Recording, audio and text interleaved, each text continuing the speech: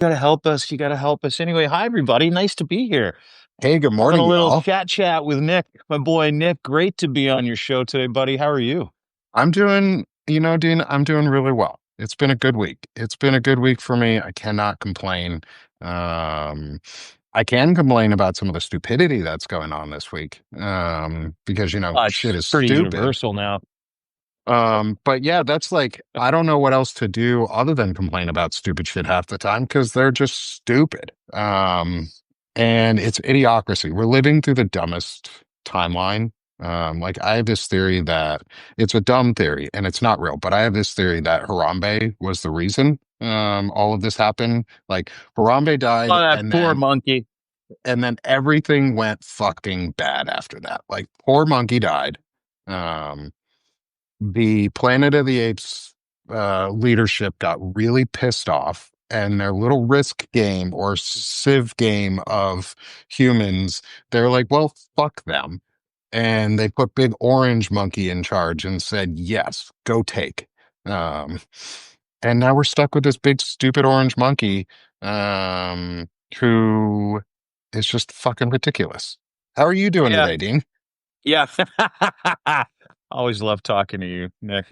You know what? I'm great. I was just saying before we got on, it's a writing day for me, so I try to segment my days into Mondays heavy with podcasts and Substack Live. So this Monday we did three: Pete Dominic, Terrence Goggin, who's great, West Point professor. I love the guy.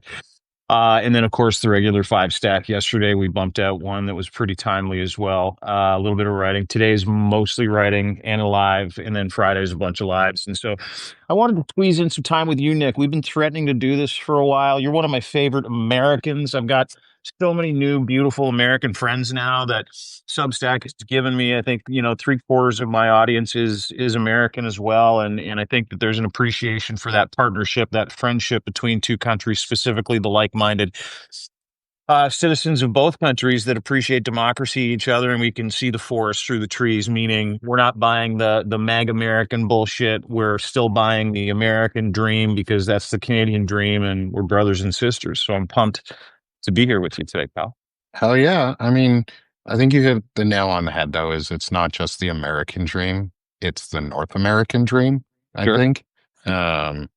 Because we were we were supposed to be bastions of democracy. Canada's living up to it right now. Y'all are doing some good shit. Like Mark Carney coming out. We're killing it right now. Yeah, Mark Carney coming out yesterday at the UN. Like, I hate the UN. I think they're useless most of the time. Like, they're bought off corrupt individuals who allow fucking oppression and a genocide to be going on in Palestine.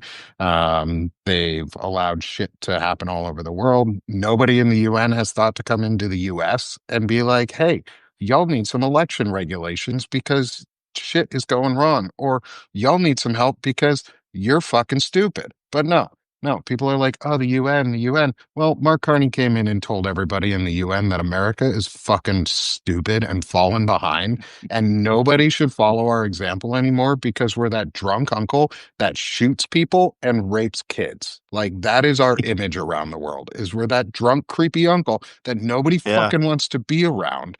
And Canada's sitting here going, bordering on a fascist state, which is why I called it this, because we're turning into that fascist state. Is Hmm.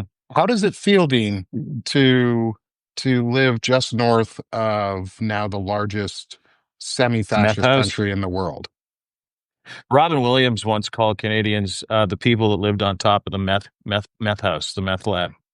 Um, God, I miss Robin Williams. Listen, you know what? It's been odd. I know this is something. It's not something we've touched on. I've had you on our show a couple of times. I've been on yours with Freddie, which was awesome. Hmm. And we never really touch on the nuance involved here between the United States, the people of the United States, the people of Canada, and the extreme damage that Donald Trump has done to that relationship. And so I put out a post this week because Ipsos, who is a North American wide famous research company, does analytics and research, big sample sizes, put out a really shocking post that made me sad at the same time justified all of my behaviors and yours. It was that 60 to 70% of Canadians in that kind of bucket will never trust Americans again. And that made me initially, I was like, oh, there's a great piece to show my American friends so that they can see the damage that their president has done to this hallowed and holy relationship we've had for 250 years. But pardon me, my phone just flipped over to the camera. Um, but it also made me incredibly sad because I don't feel that way. I still trust Americans. The large majority of people that I know, friend groups that I have, but we think in nuance where some Canadians don't. Um, we still love Americans. We still trust Americans. We don't trust America.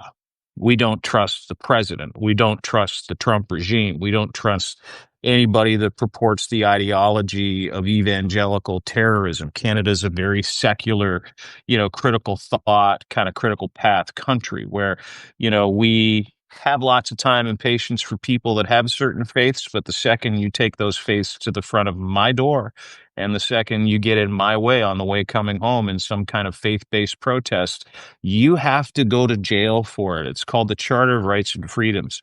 And we've really separated church from state here in Canada, and watching what's going on in the United States, where they're literally trying to weld church and state together behind the Trump regime, because if it doesn't exist, neither does he, neither does the movement, neither does the GOP. So, that factors into the lack of respect. The annexation talk factors into the lack of respect. All the 51st state bullshit. The hordes of maggots like Jack Posobiec, who, decry us as a commie state and we kill our own, and, we're a tyrannical state, which is fascinating to me because they're supporting a dude that is currently taking over the United States of America with a fully funded ICE police force that is funded twice as much as the Canadian military, beating the shit out of people door to door. We're seeing it every day. It's a war crime, crimes against humanity worthy. And so, there are really sad parts in there, and the visuals play. And we live in a visual society where memes matter, 30-second videos matter, violence matters. A death cult rally in the place of a memorial for Charlie Kirk matters. The perception matters. That perception goes the other way, where Trump is trying to show everybody America is sick and tired of the shit. They're not taking it anymore. We don't see that in Canada. We don't see that as strength. We see that as weakness. Marcus Aurelius, who's one of my favorite authors, scholars, philosophers, human being, in the pantheon of leadership worldwide, our entire history, he was one of the greats. He said something incredible. He's like, all cruelty springs from weakness. Canada is not a cruel country. We think, empathy is strength. We think giving up your privilege is strength.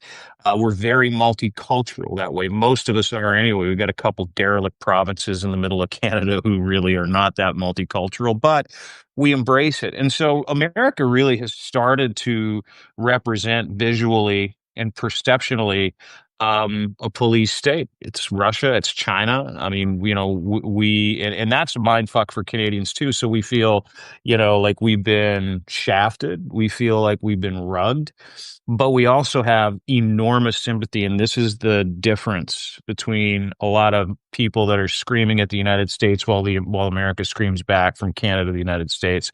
The fuck you and the fuck you. We're bigger. No, we're better. I don't buy any of that bullshit. We just have the ability to be able to separate, what Donald Trump means to America, what he's done to America, and the vast majority of Americans. And we love those people, Nick, and that's a fact. I'm glad to hear that, Dean, because I mean, I really appreciate the fact that you come on and hang out with me, that I've gotten the chance to come on and hang out with Mm. you and Zev and Lev and half the folks that I've been watching for like years now, or at least over a year, and just getting to know what you guys are doing. It's amazing to be a part of that and get the chance to like support that work and build on it. Is what are your opinions after yesterday? Like, let's just take yesterday for Well, what there's a lot of happened at the stuff that UN. happened yesterday, Nick. So you're going to have to be more Yeah, specific. We yeah. had Donald Trump blaming the escalator on the deep state and the escalator. The deep state wrecked the teleprompter. He told the entire free world their countries suck and they're all going to hell, and he's the smartest and they're the dumbest. Then we had calls to arrest whoever stopped the escalator. By the way, it was one of his people by mistake. Whoever broke the teleprompter, by the way, it was one of his people by mistake. So you let me know where you want to start because we also had Mark Carney walk in and just big dick the UN Let's and start with and Mark bring Carney. everybody. All right, let's start there. Because Um, I don't care about Donald Trump. He's a giant turd and piece of shit. And I'm tired of giving him like any limelight. And I think that's part of the yeah, problem is he still thinks he's important and people still believe that he's big, bad, and like cool, but he's not. He's just a fucking baby. He's a yeah, whiny piece of shit. So let's start with Mark yeah. I put out a Carney. post today. I called him the whiniest bitch in America, which he is. Yeah, I And think I happy to. actually I restacked that one and I said and I quoted my favorite millennial artist Taylor Swift is it's me. I'm the problem. It's me. And we all know it. We all know he's the problem because he's the fucking idiot that does all this shit. So let's start with Mark Carney and Okay. then I want to go into how does it feel knowing that all of your friends are now fake terrorists and or freedom fighters? Those are a couple of great questions there and a little bit to unpack. You know, life in a split screen is fascinating, right? We only know how bad things are when we see an alternative. And Canada has, the same Maple MAGA movement, and they all hate Mark Carney just by proxy because he ran for the leadership, the head of the Liberal Leadership Party. And, just like in the United States, there's a war against libs, libtards, whatever you want to fucking call anybody that doesn't agree with MAGA. We have the same small faction up here. Mark Carney doesn't play that. The previous prime minister, Justin Trudeau, did, but he was a drama teacher and he sucked too. So, anyway, long story short, Mark Carney came in and had to deal with an economy that was in trouble, had to deal with culture war that was tearing this country apart at the same time. But the unity that came from that split screen of seeing what Donald Trump was doing and the importance of having a professional diplomat, an economist with a PhD who's the head of two different banks of Canada, Bank of England, with an impeccable record, service record. He was fiscally very conservative, socially very liberal. It appealed to all of us and all the people that were like, I hate Justin Trudeau, and I count myself to be one of them, even though I had very social leaning perspectives, socially aware. Call me woke. I don't care what you call me. I don't have a party that I vote for. I don't have a party that I'm a member of. I am apolitical. And I saw the values of this man, and the rest of Canada did, and we turned our brains on, voted for him, and boom, all of a sudden we've got this split screen, and then Donald Trump becomes, the prime minister, and what does he do? Or sorry, the president, he immediately starts coming after Canada. And with this calm demeanor, Mark Carney, every time he responds so strategically, so stoically, with so much power and strength in such a calm, reserved way of delivering his content and his message that he immediately became the anti-hero against the MAGA movement. I call him the MAGA killer because he's thoughtful. He's a practicing stoic. His values and his virtues are bulletproof. He's doing this at a great financial loss to himself so that he can turn Canada around and and recuse us from the dependence that we've all had on the United States for far too long because you got a fucking mad king that's running the place, right? So that has been incredible. But in these incremental moments, you're seeing such an unbelievable difference. He walked into the UN the other day after being threatened by Netanyahu, after being threatened by Donald Trump for more tariffs if he declared Gaza its own sovereign state. And he didn't say no. He didn't negotiate. He didn't talk about it. He said he was going to do it, walked into the UN, declared Palestine its own state, as did 132 other fucking countries because they felt like they had the support of Mark Carney, Canada, France. England, and other countries who can call a spade a spade. That Bibi Netanyahu misrepresents the Israeli people, that Bibi Netanyahu is a war criminal, and that he is committing genocide against the Gazans. He also separated the idea that Hamas and Gaza are the same thing. He wants the eradication of Hamas and the freedom of the people of Palestine to live in peace and security as he does the people of Israel. So the nuance there was very important. And it left everybody stunned and brought the UN to its feet. The UN came to its feet. Then, shortly after that, he went to the Council on Foreign Relations with Tom Froman, and he did an hour-long sit-down. And he basically laid out his plan for Canada. And his plan for Canada was that everybody who's not a reliable partner can come with us, with our values, with our intentions, to support democracy, Canadian values, wisdom, courage, temperance, all the things that make you a human being, all the things that make us better people, with our raw materials as we rebuild our military, as we rebuild this country and literally sever the ties. He called it a rupture with the United States, not tension, not transition, a rupture, meaning it is irreparable at the moment and it is over. And he again brought, all the members of the UNGA to their feet. And he received over 700 requests for interviews, conversations, meetings with CEOs, world leaders. He is the most in-demand leader in the fucking free world at the moment. Now, let's contrast that. Okay? Let's Hmm. contrast that with what we saw yesterday through the eyes of one Donald J. Trump, who showed up late, was pissed off that the escalator didn't work, started his speech by complaining about the escalator not working. The only thing he ever got from the UN was a broken escalator and a broken teleprompter. And he was going to speak from the heart because he didn't have a teleprompter, and he didn't. So, what came from the heart from him? 55 minutes of a resume that doesn't exist, 17 trillion in my I've defeated inflation. Mortgages are cheaper than they've Well, ever you can been. defeat inflation when you don't report it. I mean, if there's no reporting mechanism, of course it's defeated. There's Sure. nothing Yeah, there, yeah. right? That's how Yeah. that works. It's like a disease. It's like diseases. Like if you don't report them, they don't happen. Like the Yeah. measles outbreaks that are going to start coming, as long as we don't report them, there's no measles outbreaks Yeah, in dude, America. I heard about a new nightmare virus that's brewing in the southern states right now because vaccination rates have plummeted over the past 5 years, and they're like, it's going to be bad. I'm like, well, it doesn't exist if you don't talk about it. To your point. And Trump literally ended his press conference by saying at the UN that I'm really smart. I know what's going on. You don't. And God bless the United States of America. Peace out. Mic drop. Fuck you. Put those two side by side. Put both of those side by side. And at the end of it, watch them both. Watch one after the other. Fuck, watch 5 minutes of one and 5 minutes of the other. And tell me where your comfort level sits if you have to choose a fighter. Yeah. Who's the reliable leader here and who's actually going to tell you the truth?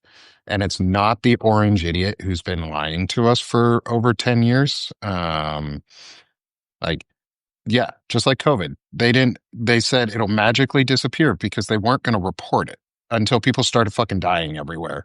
And over a million people Strange. died. Yeah. Yeah. Yeah, So, like, it's the same, dude, and it's the same reason why he fired the BLS mhm. chair. It's the same reason why he got rid of everybody. That same reason why he unloaded that Who Commits Extreme Violence, the right or the left study from the White House website. It's the same Just reason why deleted he it. got rid of all of the crypto investigators and the child trafficking investigators, because if you don't know about it, it doesn't exist. And then what he does is he fills the air with some of the most asinine shit in the world. And here's the thing, it is getting so much worse. It is getting so much more unbelievable. From 1 trillion, from 950 billion to 1 trillion to 7 trillion. Yesterday was 17 trillion. Your GDP is 29 trillion, by the way. I mean, these stories he tells you, and I want to remind everybody, you talk about the quality of character, Carney versus Donald Trump. I don't know if anybody's here listening has ever been conned by a con man. I have, unfortunately, years ago.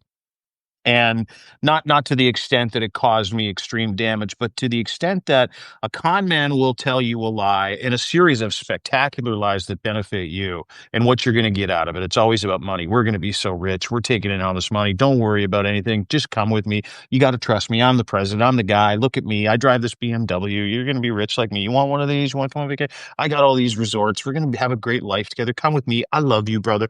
I'm doing this for you. I'm doing Love bomb the shit out of me there, Dean. Damn, now I want to get into whatever program you're doing. Like what MLM are you running? What is your I don't have MLM? I got none. I'm not a con man. I put it on Front Street where you've literally watched Donald Trump do that for the first 4 years of his presidency, promising everybody that it's going to go away. Don't worry about it. We're all going to be rich. Now it's so fantastical. It's like it's atmospherically stupid. 17 trillion. You're going to have so much money you never know what to do with. We're never going to have diseases again. Stop taking Tylenol. I mean, holy fuck. It has been such a like if we thought it was bad in the first term in the first 4 years, in the first 9 months, he has been unmasked as not just a fucking con man, but a guy who's literally rotting in front of our eyes with dementia. And if I know something about people with dementia, because I have relatives that have had and have dementia, is they revert to the meanest version of themselves until they get past that point because they're angry, they're confused, they can't remember anything, they're frustrated, they're anxiety, until they got past the point of knowing what's even going on, right? Combine that angry dementia, Alzheimer laden stage that this dickhead is in with his natural disposition, right? Combine both of those things. And this will be the most dangerous year in America's history. Because I think if you get past the first year of this administration, he's going to settle into that, wondering, chasing butterflies stage of where he's at physically and mentally. So you're in for it, I think, for the next several months for sure.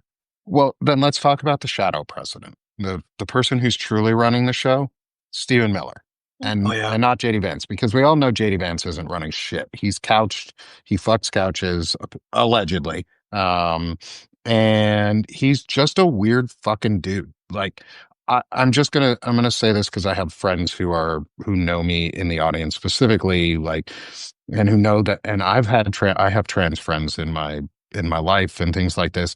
This is just a comment about JD Vance. He's had more name changes and identity changes than any trans person I've ever met.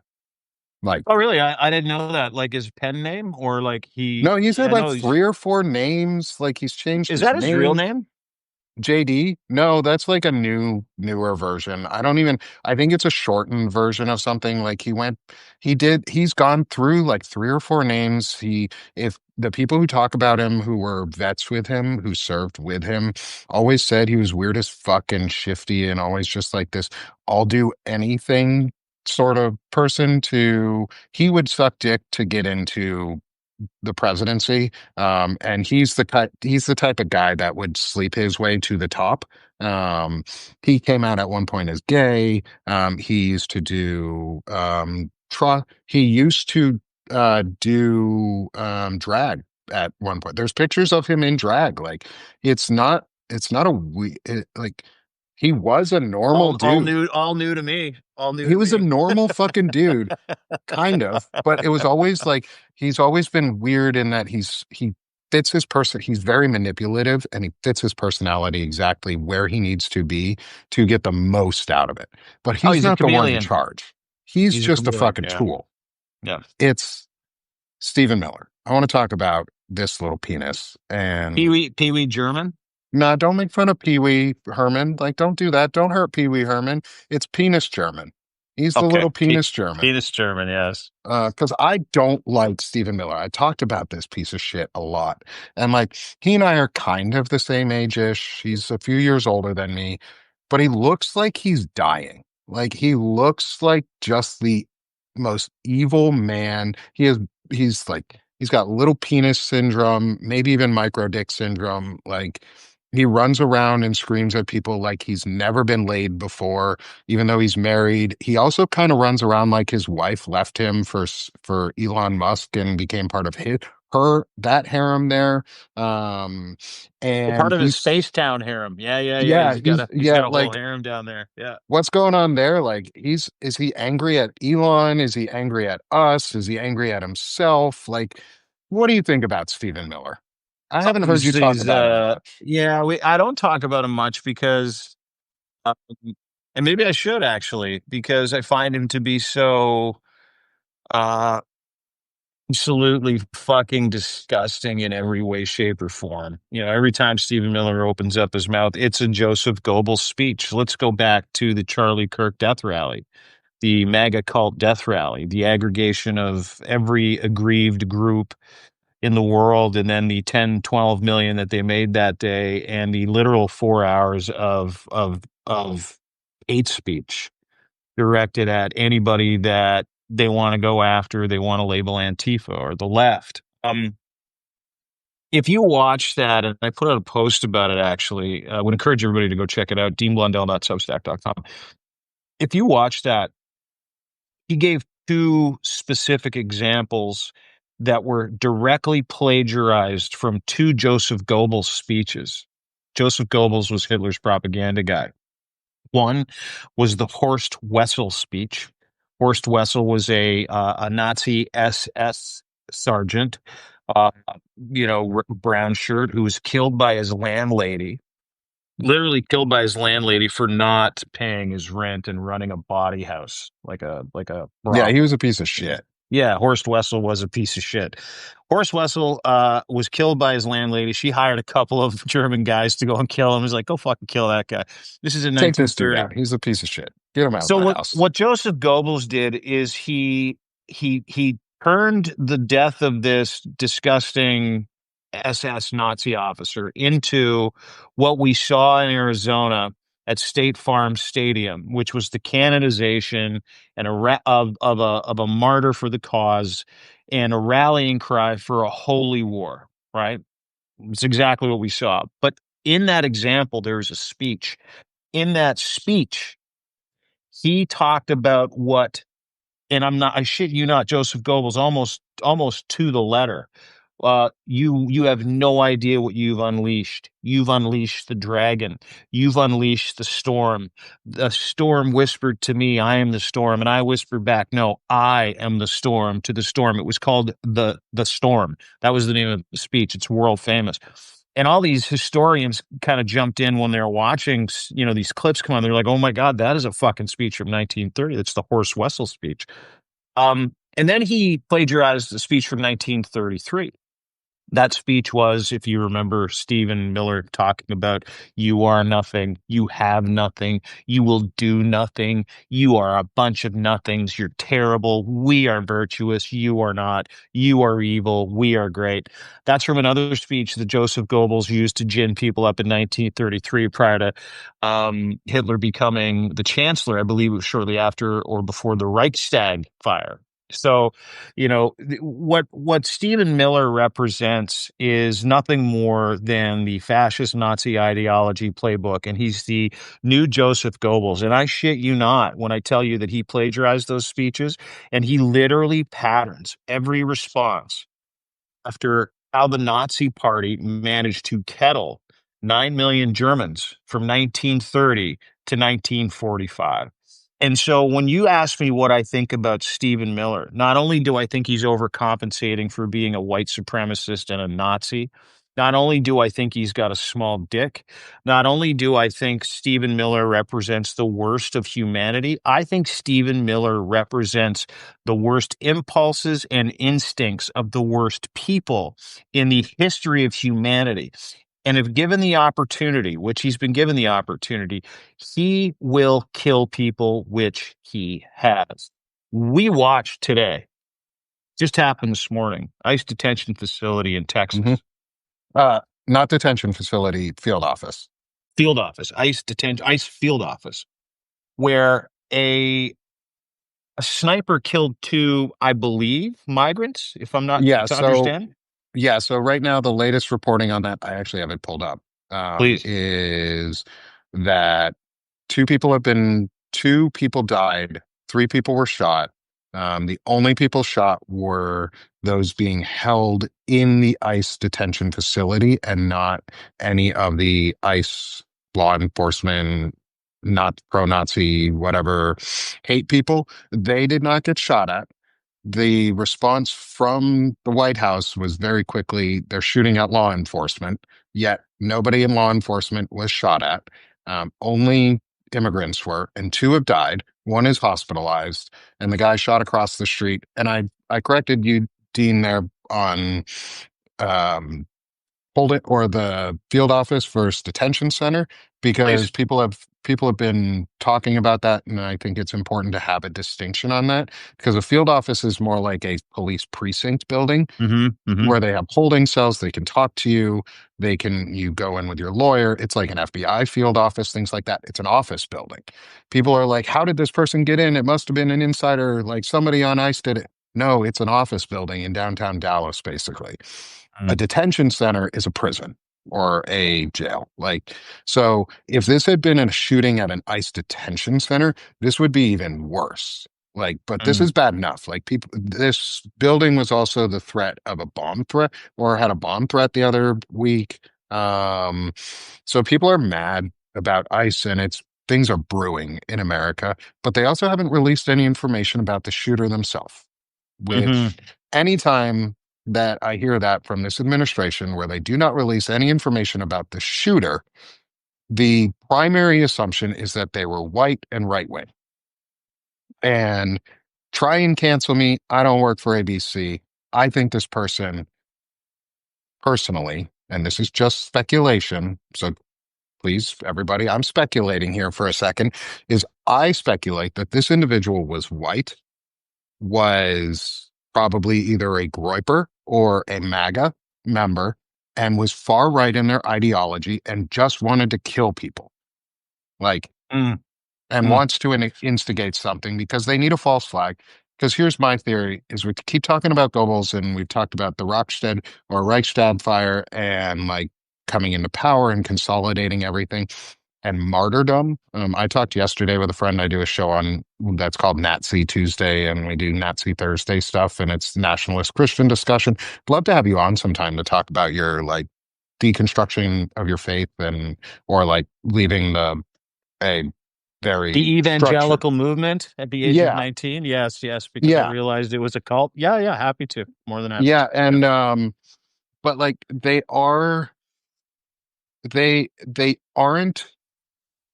I don't think they're going to be able to do it with Charlie Kirk. And I want to get your opinion on this, especially around like martyrdom and like silencing of free speech is people push back. People push back Yeah. really hard and continuing to push back. Like, don't stop boycotting. Boycott Nexstar, boycott Sinclair, every single one of their fucking advertisers.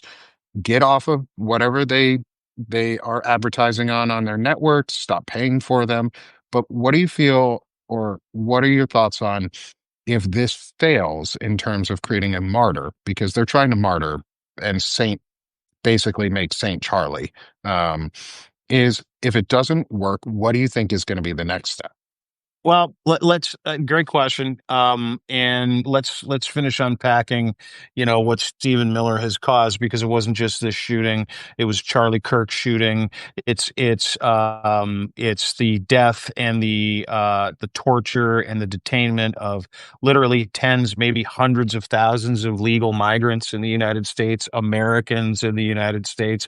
He has managed to incentivize and motivate maybe some of the worst human beings in the world to join ICE so they can kick people's asses and steal people's right to fundamental free speech and basic human rights. So, if you wanna ask me again what I think of Stephen Miller, he is, if not the worst fucking piece of shit in the United States, not named Donald Trump at the moment. And the people behind him that have engaged in this process all deserve to be at the Hague. They all deserve to be hit with war crimes. They all deserve to go to fucking jail for the rest of their lives. They all deserve a Nuremberg type experience. And Stephen Miller should be front and fucking center. The sainthood and what they're trying to do with Charlie Kirk, that's a different question. But, is it working? Yeah. Absolutely, it's working. I mean, you watch Jimmy Kimmel last night come back and apologize effectively for saying I did not, and he was very heartfelt. He cried. I didn't mean to make, I wasn't making light of a young man's death. And then he started to push back on free speech. But that man lost a week of his life. That man and people around him questioned whether or not they'd have a fucking job. He took Jimmy Kimmel off the air because he is trying to make it illegal to take Charlie Kirk's name in vain. That's the canonization of an individual. That is America's Horst Wessel moment. We're watching it right now, and it continues. The Nazi Party generated hundreds of thousands, if not millions of dollars, getting people to donate to avenge Horst Wessel. Watched it happen. They signed people up to the Nazi Party. They used it as a drive to get people to join the Brown Shirt and the Hitler Youth Brigade. Da da da da da da. What are they doing with Charlie Kirk? The military is considering doing a Charlie Kirk military recruitment drive to fight the leftists and fight. Like, I mean, all of this is very fucking serious. So it's working. What is it? What happens if it doesn't work?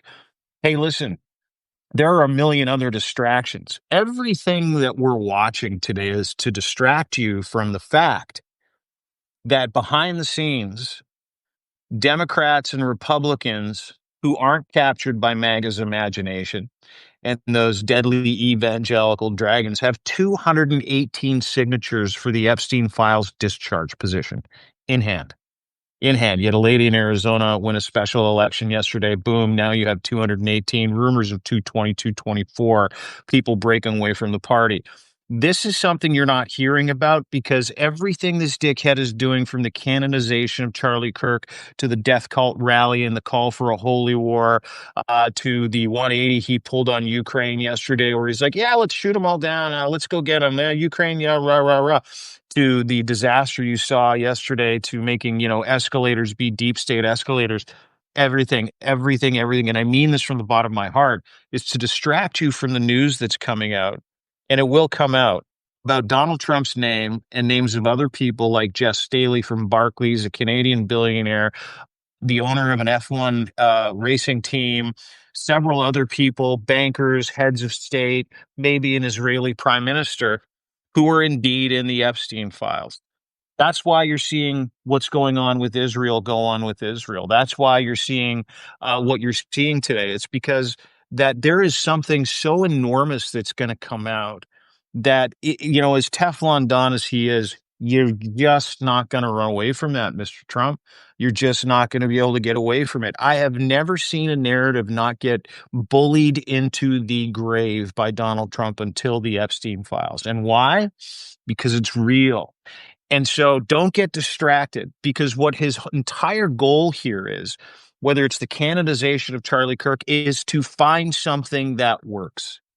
And again, Charlie Kirk works today, yesterday, last week. It's probably not going to work tomorrow, because the Epstein files are a beast of its own. The victims are coming forward. You have a discharge petition that is coming forward. You have the estate that's allegedly coming forward with more information. You now have an investigation into Tom Holman, who took a bag of $50,000 worth of bribery cash, stuffed it in another bag, and it's all on camera out today going, stop, you're making my life hard. I'm not admitting that I didn't do it, but I'm not saying I did do it, and I'm going to sue as MSNBC. I mean, the walls are coming in. Every wall around. Incompetence. Oh my God. The kakistocracy, the lies of the kakistocracy, the lies of the dictatorship, the distraction, the events, everything, the canonization of Charlie Kirk. It is all meant to keep you as far as humanly possible away from being defrauded by the President of the United States in the biggest conspiracy in the history of that beautiful country. And I want to push a little on that distraction point. Because yes, things are distractions, but also they're real. Like we're not saying they're not serious. There is another one that they are distracting from that we don't ever hear about anymore, and it's the death camp out of Florida. Because it was shut down, or told to shut down, and then it wasn't, but they did something really weird in their thing, is they evacuated all the or they moved detainees very, very fast out of the death camp. Alligator Alcatraz, Alligator Auschwitz, whatever they want to call it. It's a death camp. Hmm. There have been some reporting, and I call out, like I ask a lot of times on one of my shows, like, hey, somebody at NASA, please go fucking thermal image what's going on there and give us a recording over the last couple months of thermal imaging. Somebody did, but not from NASA. Somebody, an investigative journalist or an investigator, she did. And there's some really weird hotspots, very concentrated in the middle of the fucking Everglades, 7 miles away from the detention center. There's also almost 1,200 people missing Hmm. in the list that Yeah, nobody's 1,800 fucking went in. talking. 1,800 went in, and there's only 600 left, or something like that. My Yeah, like understanding. Yeah. like they haven't updated the system on where they are. They've either dropped or they've been dropped off of the system. There Hmm. were hotspots. And when I say hotspots, thermal imaging, I mean incredibly hot thermal imaging, which they were using medical incinerators not too far away from the detention facility. Could that be not nefarious?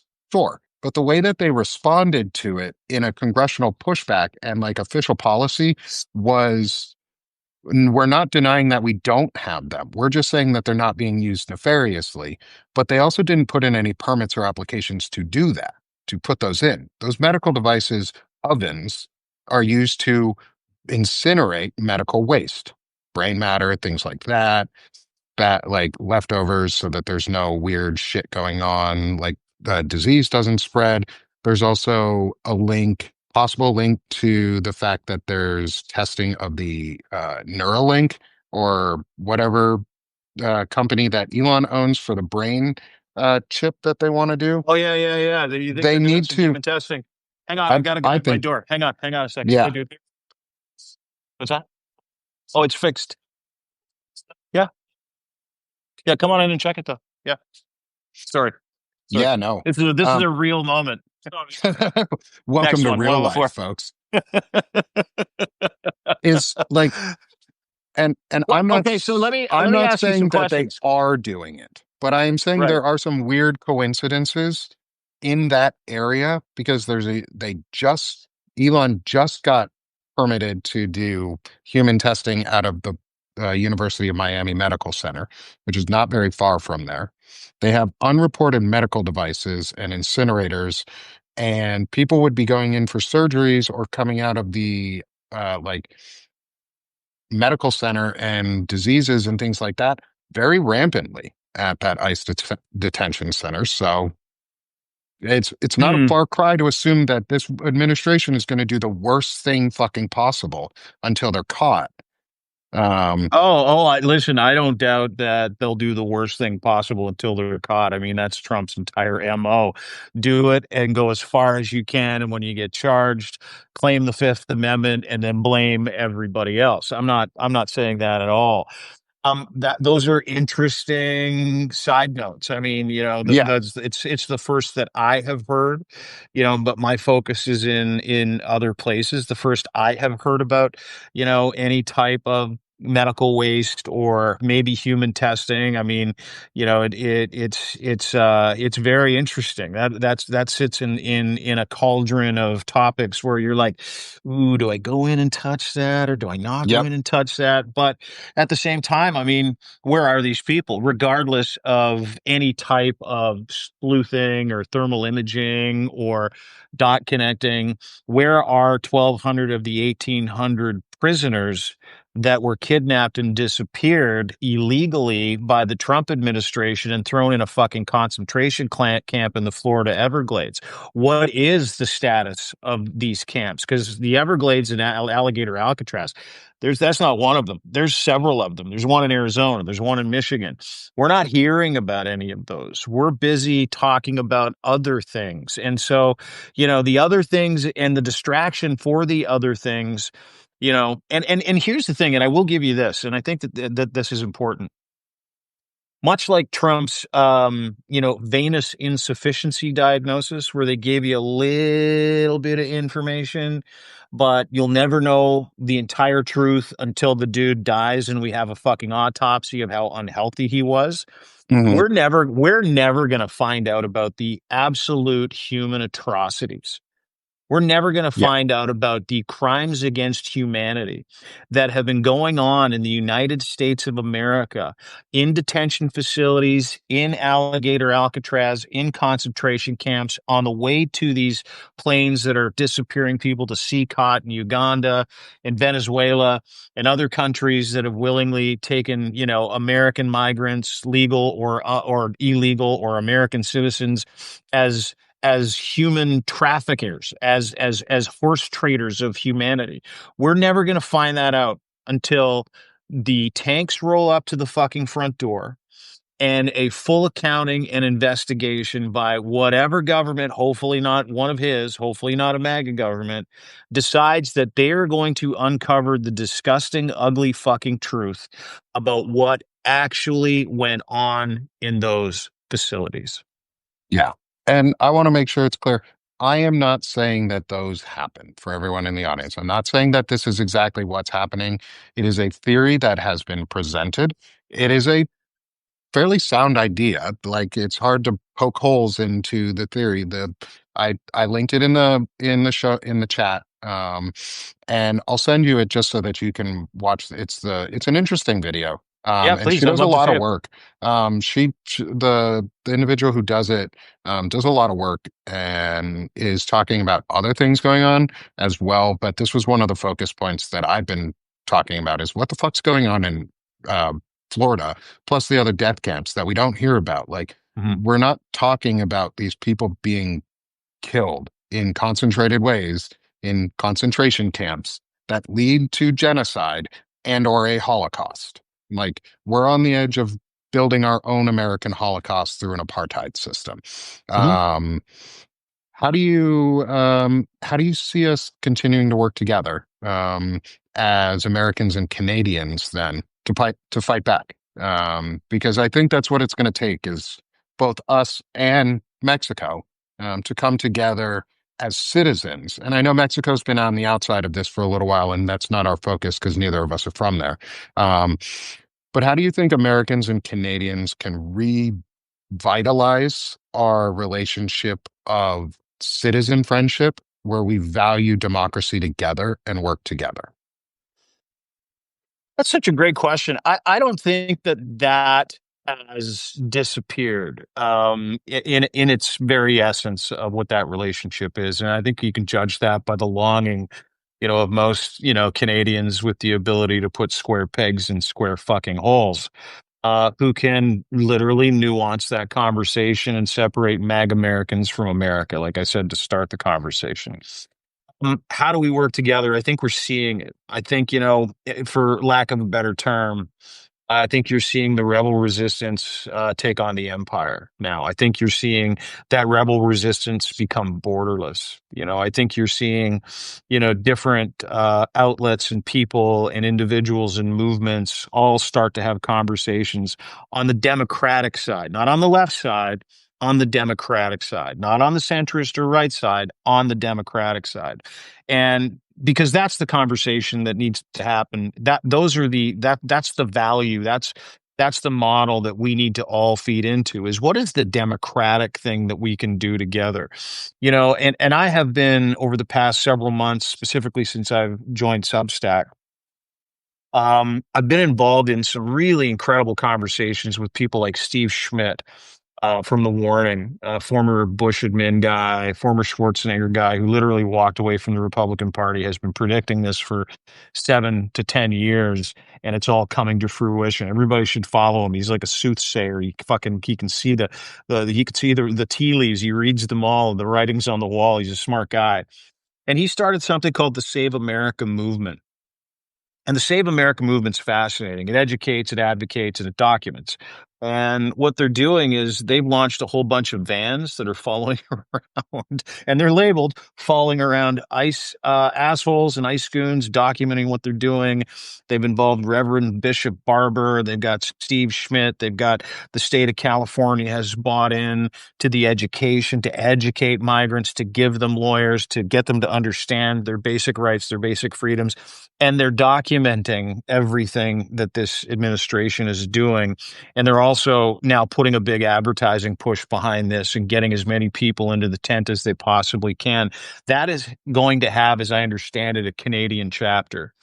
And I can tell you this is that I think it's a brilliant thing because Canada wants to save America too, and so movements like Save America, the guys at Midas, conversations like this, we're seeing this really organic resistance start to be a force multiplier when it comes to really important conversations and critical mass and scale, and people starting to work together and not protecting their brands, instead amalgamating their brands, sharing their messaging, and then amplifying it on behalf of democracy between both of our countries. I said this the other day, and this is one of the statistics, and I love numbers and statistics. I'm a numbers and stats guy.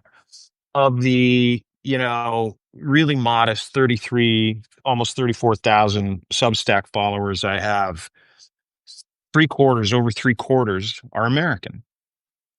Over three quarters. I've got 120 some thousand on Twitter, I think 24, 25, I don't know. The like 80% are Canadian. And watching the difference but also experiencing the lift and the support of both of those audiences and what people are saying analytically, it, it tells the story about what that game plan and strategy should be, which is what we're just, laying out right now, which is lining up, opening up, amplifying, advocating other people who have the ability to A, tell the truth in a way that really matters, B, relate it back to individuals who are struggling in both countries because of what this man is doing and his regime is doing to both countries, to democracy. And the saddest part, and this is what really triggers Canadians, and I think it triggers a lot of Americans who love Canada, because fair-minded Americans love Canada. Fair-minded Canadians love America, is we're now becoming very resentful together over what that dickhead has done to our friendship, our relationship.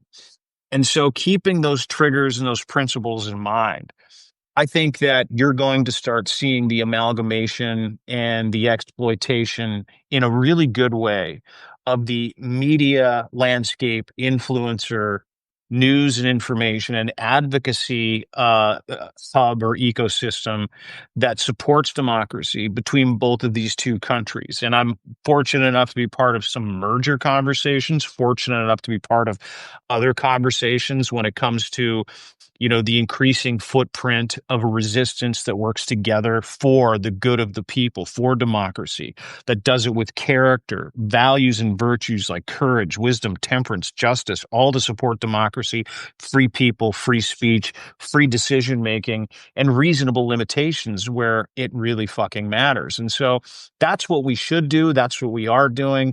It's going to be really nice to see some amalgamation of some views into specific sites, specific you did it with Banner and Backbone. But we're going to start seeing more cross pollination, and I can guarantee that because, I'm fortunate enough to have been in some of those rooms. So, man, oh man, we live in a different time, and to be for people like us to sort of be pioneers or be involved in the pioneering of what that looks like.